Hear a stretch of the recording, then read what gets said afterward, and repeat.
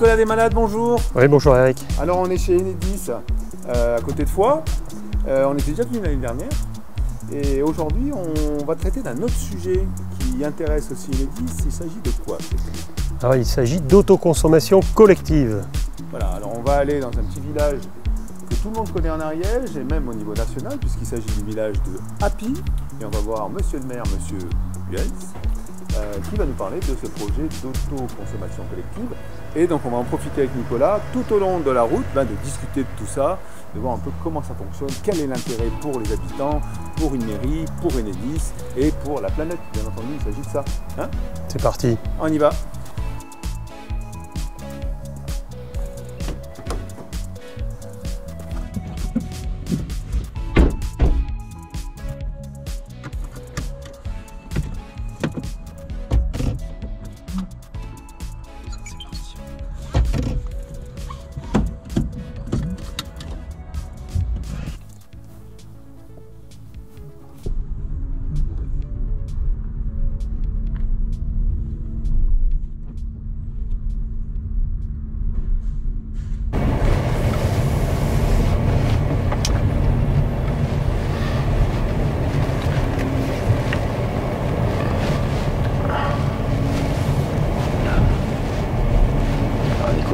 Depuis 20 minutes, donc il faut expliquer qu'on prend la route des Corniches. C'est ça. Qui est toute petite route bien ariégeoise. On va passer par plein de petits villages. Très jolie route. Et en fait, Happy est pratiquement au bout, hein, juste un peu avant la fin, non, de cette oui, c'est ça. Hein, après, on peut aller au-delà jusqu'au col du Chioula, il me semble. Oui, on peut continuer, c'est ça. Voilà. Ouais. Alors en plus, cette route est en travaux, ce qui ne va pas nous améliorer les choses, mais ça va, on passe. Alors, on va être sur le sujet de l'autoconsommation collective. Est-ce qu'on peut rappeler brièvement autoconsommation déjà, ce que ça veut dire hein, au niveau électrique, et puis après on passera au sujet collectif de l'autoconsommation. Oui, c'est ça, c'est une bonne façon de comprendre ce qu'est l'autoconsommation collective. C'est d'abord de parler de l'autoconsommation individuelle, qu'on connaît déjà mieux, parce qu'elle est bien répandue en France. Aujourd'hui, on a plusieurs centaines de milliers d'installations d'autoconsommation individuelle. L'autoconsommation individuelle, c'est le particulier qui, sur sa toiture, va installer quelques panneaux photovoltaïques, va produire de l'électricité. Quand il produit plus d'électricité qu'il n'en consomme, il va pouvoir la réinjecter sur le réseau électrique. Et inversement, lorsqu'il consomme plus d'électricité qu'il n'en produit, il va pouvoir prendre de l'électricité sur le réseau d'Enedis. Donc ça, c'est l'autoconsommation individuelle. Donc ça, on connaît ça depuis longtemps, hein, puisque les installations solaires chez les habitants, ça existe quand même depuis pas mal d'années. Chacun a sa petite consommation. Alors à l'époque, il y avait deux formules, hein, dont l'autoconsommation. Donc là, on passe à un modèle collectif à l'échelle d'un groupement, d'une collectivité. Ça intéresse qui en général? Alors ça peut intéresser plein de monde, ça peut être des collectivités, mais ça peut être aussi des particuliers, des privés, des entreprises. Ça peut être un mélange de collectivités et de particuliers, par exemple. C'est d'ailleurs le cas de l'opération d'Happy. Alors, c'est un peu le côté collectif est intéressant. Est-ce qu'on pourra rappeler peut-être l'intérêt plus tard hein, de ce côté collectif, hein, de mettre en commun la production et la consommation d'énergie, mais il faut un support. Hein, donc déjà, peut-être un peu compliqué à gérer les projets de ce type-là. Alors oui, par définition, c'est collectif, donc c'est plusieurs personnes. Là où en autoconsommation individuelle, c'est une personne qui est d'accord avec elle-même pour pouvoir produire, autoconsommer. Là, il va falloir que plusieurs personnes, ou dans une collectivité aussi, s'entendent, définissent les modalités de leur projet, écrivent tout ça, le contractualisent pour définir quel est l'objectif finalement de cette opération et comment on va organiser toute l'opération. Donc forcément, c'est un peu plus compliqué, un peu plus long Et l'objectif d'Enedis, c'est de simplifier un petit peu tout ça. Alors, il faut une structure juridique qui porte le projet, qui va ensuite pouvoir le gérer tout au long de sa vie. C'est ça? Oui, c'est ça. Il va falloir qu'il y ait une personne morale organisatrice de l'opération. Donc, qui peut prendre différentes formes. Ça peut être une association, par exemple, mais il faut qu'il y ait une coquille, un réceptacle pour organiser l'opération. Alors, en l'occurrence sur API, c'est une collectivité qui sert de vecteur juridique ou je sais pas comment on appelle. Alors, pas exactement. Pas exactement. Ils se sont adossés sur un fournisseur, on pourra citer son nom, là en l'occurrence c'est Enercop, qui a déjà une association qui permet de porter ce type de projet. Et donc la collectivité, les habitants sont devenus adhérents de cette association pour pouvoir organiser l'opération. Et donc c'est cette association qui est la personne morale organisatrice de l'opération d'autoconsommation. Donc la personnalité morale, elle va servir à l'émergence du projet, 2 peut-être au financement, facturation, être le correspondant vis-à-vis des fournisseurs. Oui, il y a beaucoup de choses à faire dans une opération comme cela. Vous l'avez dit, au départ, il faut organiser l'opération. Donc, où va-t-on installer, qui va participer à l'opération, où va-t-on installer les systèmes de production d'électricité, sur quelle durée, à quel tarif on va revendre l'électricité. Bref, il y a plein de choses à organiser. Et ensuite, pour la durée de vie de l'opération, effectivement, cette personne morale va continuer à avoir un rôle important à jouer pour répartir, par exemple, effectivement, la production, facturer cette production. Donc, c'est un rôle qui va courir pendant toute la durée de l'opération. Alors, c'est des projets complexes, on l'a dit, mais pour autant, là, on parle d'un petit projet, puisque API, ça va concerner une quinzaine de familles avec la collectivité y compris. Et est-ce qu'on a beaucoup de projets de ce type-là en France ou en Occitanie? Oui, alors en France, on a aujourd'hui déjà 200 projets qui sont actifs. On en a plus de 150 qui sont en cours de constitution. Sur l'Occitanie, ce sont 30 opérations d'autoconsommation collective qui sont déjà actives. Et API est la première en Ariège. Un projet en Ariège sur les 30 en Occitanie, c'est quand même pas mal. C'est le début. C'est le début. Voilà, donc le projet a démarré à API. Quand je dis démarrer, c'est-à-dire de feuille blanche, on décide de se mettre là-dedans depuis combien de temps? 1 an? 2 ans? C'est un projet qui a éclos aujourd'hui, maintenant il y a pratiquement 3 ans et demi.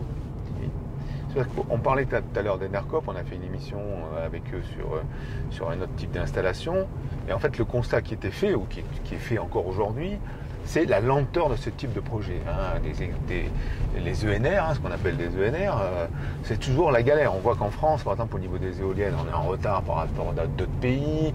Dès qu'il y a des projets, c'est des associations qui sont vent debout. Donc, une mairie, je vais à droite, c'est ça. Une mairie qui se lance là-dedans, elle est jusqu'à présent pas trop aidée. Est-ce que ça ne peut pas refroidir justement les délais de projets de ce type-là? Parce qu'on parle de 15 habitants, enfin 15 familles, 3 ans de projet, c'est conséquent, il faut vraiment vouloir y aller. Est-ce que ça peut s'améliorer par exemple? Alors oui, ça peut s'améliorer, c'est en train de s'améliorer.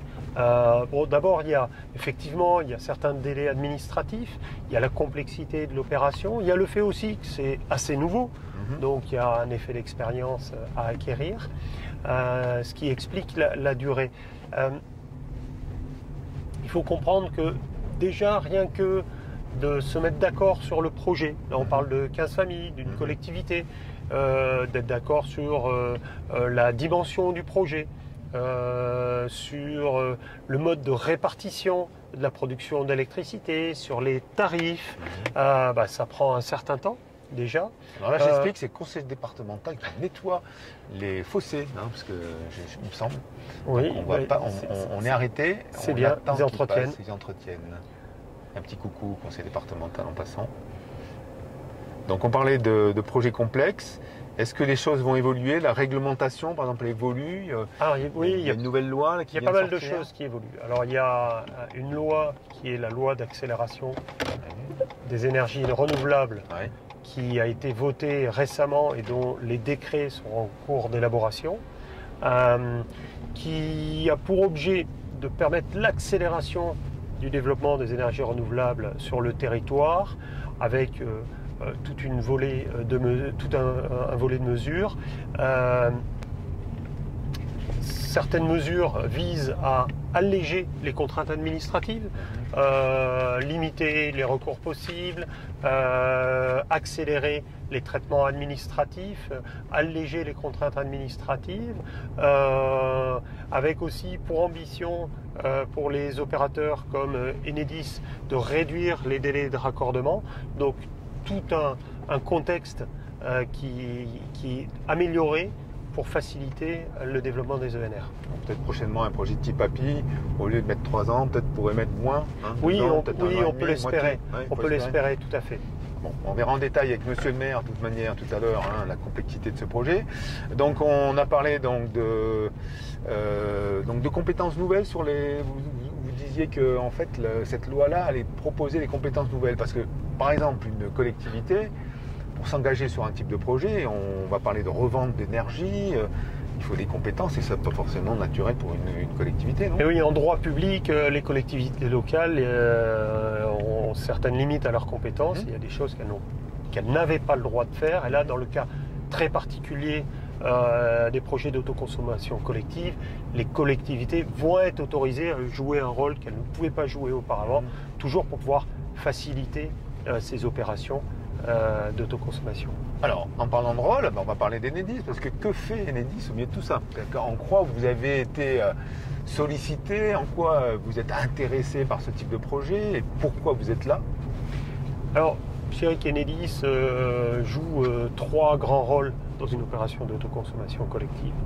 Le premier, qui est historique et qui est peut-être le plus important, c'est qu'une opération d'autoconsommation collective, ce n'est pas une structure autonome. On n'est pas sur API, un système où API serait complètement indépendant du réseau électrique et produirait la totalité de l'électricité dont il a besoin. C'est aujourd'hui difficilement possible. Ça n'a de sens que sur quelques points isolés, comme un refuge en montagne par exemple. Mais ici, on a besoin du réseau, ne serait-ce que parce que pour de la production photovoltaïque, par exemple, le soir en hiver, les panneaux ne vont pas produire d'électricité. Et pourtant, il va y avoir besoin d'énergie. Donc cette énergie, cette électricité va être tirée sur le réseau d'Enedis. Pour les frigos, pour Exactement. le chauffage.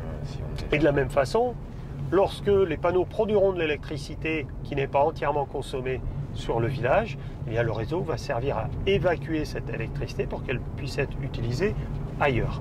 Donc le réseau est totalement indispensable. Ça, c'est le rôle historique d'Enedis, et là, il est renforcé par ce type d'opération. Le deuxième rôle que va jouer Enedis va être le compteur Linky, l'usage du compteur Linky. Il faut savoir qu'une opération d'autoconsommation collective était quasiment impossible il y a une dizaine d'années. Sans ce type de compteur. Pourquoi? Parce qu'il faut pouvoir mesurer à chaque moment l'électricité qui est produite et qui est consommée sur chaque point de production et chaque point de consommation. Et tout ça tout au long de l'année. Les anciens compteurs vous donnaient un chiffre global pour l'année, à chaque fois que vous alliez relever le compteur. Là, on va pouvoir récupérer ces données qui sont télétransmises à distance et qui vont pouvoir générer des fichiers de données.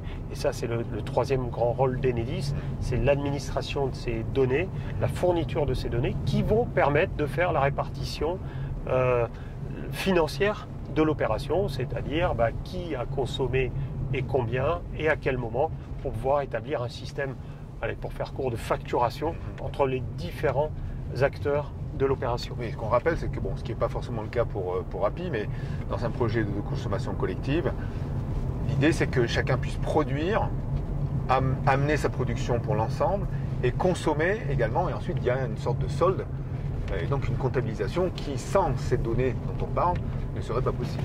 Oui, il faut déjà faire la part entre ce qui est pris sur le réseau et ce qui est consommé localement et ce qui est réinjecté sur le réseau. Déjà, ça fait l'objet d'une facturation avec un fournisseur d'électricité. Et puis ensuite, effectivement, entre les différents membres de l'opération, il va falloir voir quelle est et mesurer quelle est la contribution de chacun des acteurs du système. Donc là, dans le projet API, on parle d'un micro-projet. Hein. On va peut-être rappeler quelques statistiques. Donc, d'après ce que je sais, il y a une quinzaine de familles qui est connectée. On parle de combien de productions?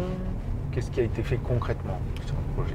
Alors, on pourra le voir avec Monsieur le maire pour les chiffres détaillés et le bilan au bout de quelques mois de l'opération. En termes de production de mémoire, on est sur de l'ordre de 30 kW de puissance, donc une puissance assez limitée pour 15 foyers. La production est assurée uniquement sur des bâtiments communaux, sur le toit du lavoir et sur le toit de la mairie. Ça a été un choix des habitants d'Api de limiter la production à ces bâtiments communaux. Il y aurait pu avoir la pose de panneaux photovoltaïques chez les habitants, mais ça aurait encore un peu compliqué l'opération. Ajouter un peu de complexité. Donc, et ajouter des délais surtout. Et ajouter des délais. Donc ils ont fait le choix de rester sur une opération de ce type-là. Ça a été le choix d'API. Ok. Autre point sur l'intérêt ou la fonction d'Enedis sur ce type de projet, parce qu'en fait, bon, on sait que vous êtes un opérateur de réseau, donc vous devez vous occuper de ça, mais quelque part, bon, vous pourriez vous passer de gérer des projets de ce type. C'est le côté collectif qui est utile et public qui intéresse Enedis. Alors oui, je retiendrai d'abord le terme public. Hein. Ça relève de nos missions de service public, tout simplement. Donc, de la même façon que dans nos missions, on doit amener l'électricité au village d'Api, on a comme mission aussi de les aider à monter ce type d'opération d'autoconsommation collective. Ensuite, ça nous intéresse aussi parce que ça permet de développer une filière. J'ai envie de dire, Api est presque pour nous un site expérimental, hein, puisque c'était le premier en Ariège et c'est le premier sur la direction régionale Midi-Pyrénées Sud d'Enedis qui regroupe les départements de l'Ariège, de la Haute-Garonne et du Gers. Donc c'est la première opération sur l'ensemble de ces trois départements. Mais ça a un intérêt aussi pour l'équilibre du réseau en global. Si on arrive à ce que régulièrement la production d'Api soit grandement autoconsommée localement, c'est autant d'investissements sur les réseaux évités, puisqu'on va pouvoir limiter la capacité des réseaux, même si, encore une fois, hein, sur une opération d'autoconsommation collective, la partie autoconsommée représente entre 15 et 30% de ce qui est produit. 30% c'est quand c'est très bien, 15% c'est quand c'est un peu limité. Et donc il faut malgré tout prévoir des réseaux comme s'il n'y avait quasiment pas de production sur Api. Mais avec les progrès, petit à petit, on en parlera, ça peut permettre d'améliorer les choses. Ok, alors on va préciser que Enedis ne fait pas tout dans le projet. Hein. Ce n'est pas un cabinet d'études, vous n'avez pas fait l'installation, vendu du matériel, etc. Donc quelles sont quelle est la partie du projet qu'a géré Enedis et qui était en amont et qui ensuite était en aval? Alors très en amont des projets, nous communiquons dans le cadre des réunions publiques que nous organisons sur le département régulièrement chaque année. Nous communiquons sur l'existence des systèmes d'autoconsommation collective et globalement du fonctionnement de ces opérations, qui sont les acteurs, comment ça fonctionne, vers qui il faut se tourner. Donc un rôle d'information. Ensuite, effectivement, pour la partie études, ce n'est pas le rôle d'Enedis, et ça nous est même interdit de le faire, puisque ce sont bien des acteurs privés qui vont et qui se font concurrence là-dessus, qui vont faire les études. Et ensuite des installateurs. Donc on a des cabinets d'études, on a des installateurs qui vont proposer d'un type de matériel, faire un projet technique. Hein, voilà. Et vous avez simplement un rôle de sensibilisation de la collectivité. Voilà, d'information, on va quand même... Et de fourniture de la donnée en alors voilà, on a en amont aussi, on va raccorder les installations. On va éventuellement poser le complément de compteur Linky si nécessaire. Donc on va rendre l'opération techniquement possible et on va assurer, si vous voulez, l'interface, le raccordement entre le réseau et l'installation photovoltaïque. Et par la suite, effectivement, on va aider, fournir à la personne morale organisatrice toutes les données qui vont lui permettre de faire vivre l'opération. Alors quand on s'engage sur un projet de ce type-là, là en l'occurrence, on parle de solaire, mais je crois que la plupart des projets d'autoconsommation concernent des équipements solaires. Hein, oui, même si ça peut être fait à partir de n'importe quelle source de production renouvelable. Il y a, pour, mettons, le maire, hein, qu'on va voir tout à l'heure, de savoir, est-ce qu'on peut produire du solaire? Donc est-ce qu'il y a des éléments type cartographie qui existent? Et ensuite, bon, quel est l'intérêt objectif? On sait qu'aujourd'hui, quand on parle d'énergie, hein, la première chose que chaque habitant peut se poser comme question, c'est le prix. Hein. Donc quelque part, quel est l'intérêt? Si on devait parler d'intérêt des habitants, au-delà de mener une expérimentation comme ils l'ont fait d'ailleurs pour les Zoé il y a déjà 3 ans, quel est l'intérêt pour les habitants d'Api d'avoir fait ce genre de choses? Alors là, il y a 2 questions. Il y a un peu d'abord comment on identifie les endroits favorables pour faire l'autoconsommation collective, ou en tout cas par exemple du photovoltaïque. Alors, il y a différents outils pour pouvoir faire ça.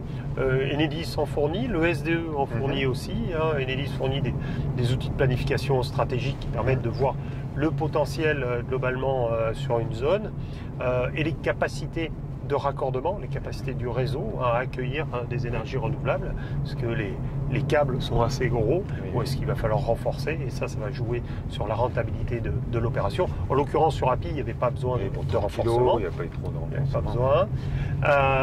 Le SDE d'Ariège a développé il y a quelques années un cadastre solaire qui permet d'identifier pour chaque toiture son potentiel photovoltaïque, et donc ça c'est très utile, voilà, avec des codes couleurs pour dire là si vous avez une toiture qui est super pour faire du photovoltaïque, là vous en avez une qui est vraiment pas terrible.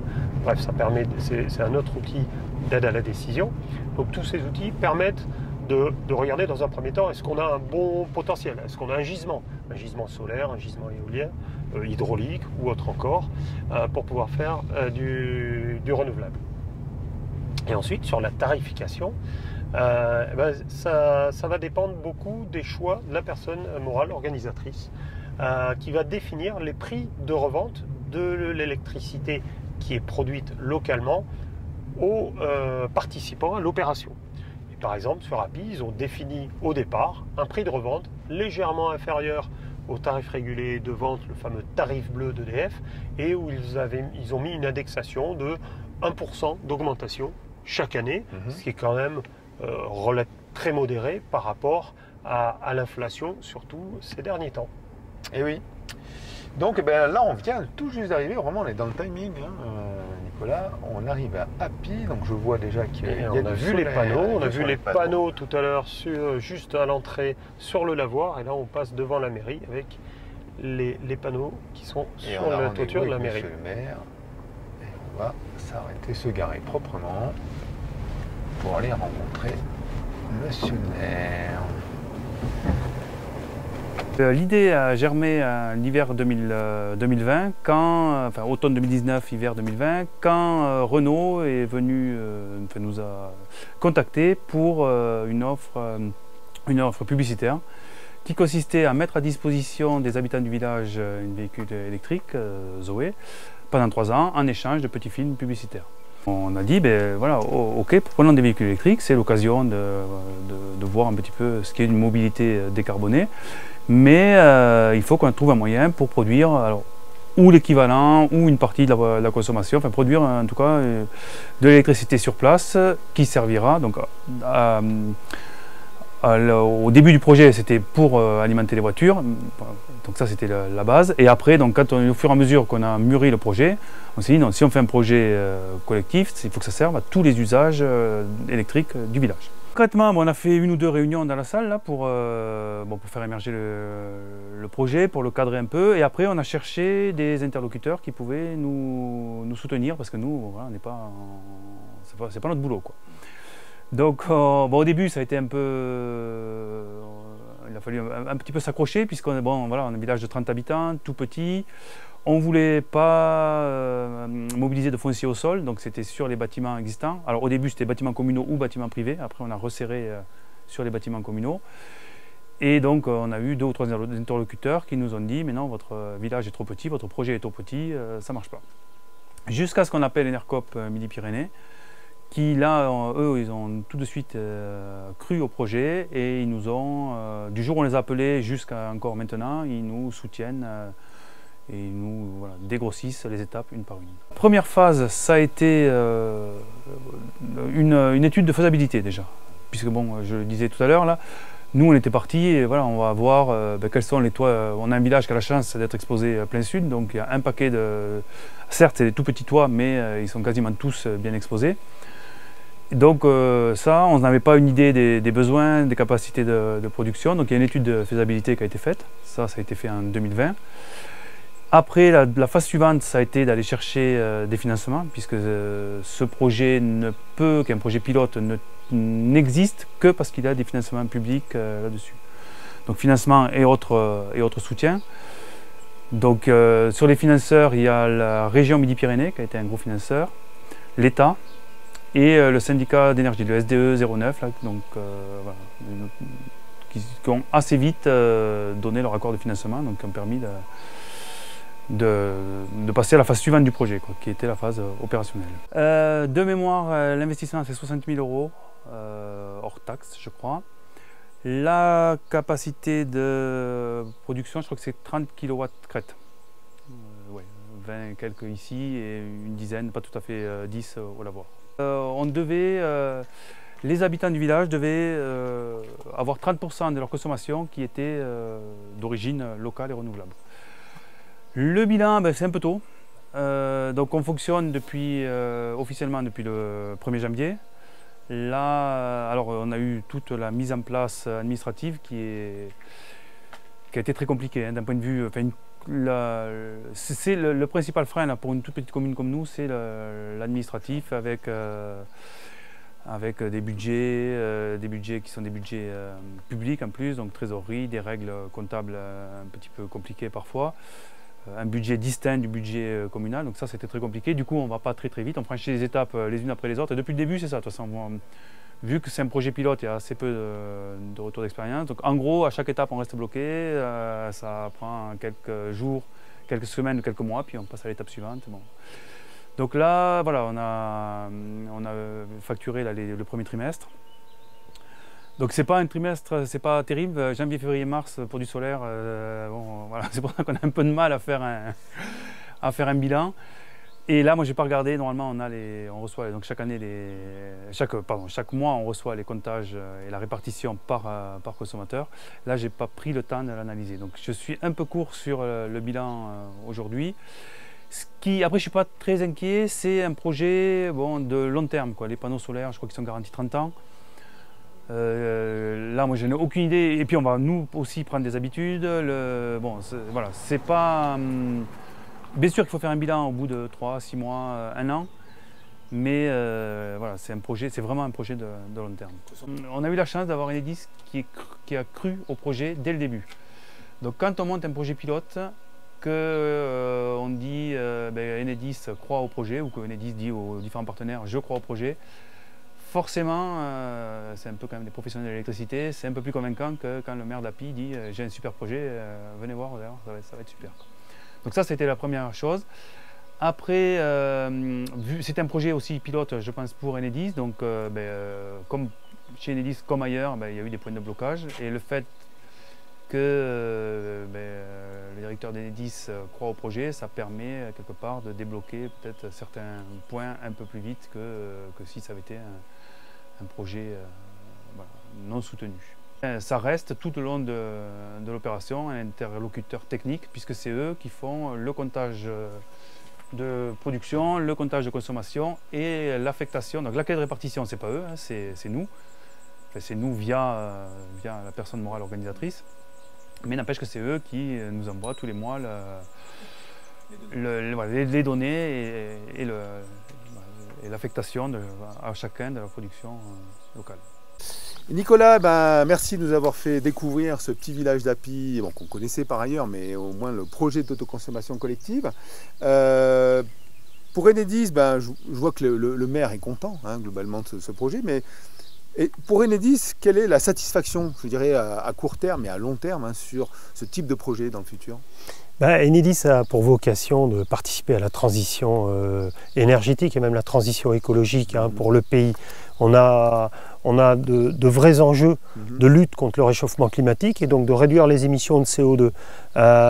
Et ça passe dans notre pays par le développement des énergies renouvelables et l'autoconsommation collective. C'est une façon de permettre à plus de monde de participer à ce développement. Donc Enedis se retrouve complètement dans ce genre d'opération. C'était la première en Ariège et on espère qu'il y en ait beaucoup d'autres après. Bon, s'il y a un maire qui regarde le reportage, il appelle Enedis et puis Enedis Ariège et puis je pense que vous pourrez le suivre et le conseiller. Exactement, on pourra lui expliquer un petit peu ce que c'est et puis il s'orientera après vers des bureaux d'études, etc. et on l'accompagnera tout au long de son projet. Toujours dans une mission de service public. Merci Nicolas. Merci Eric.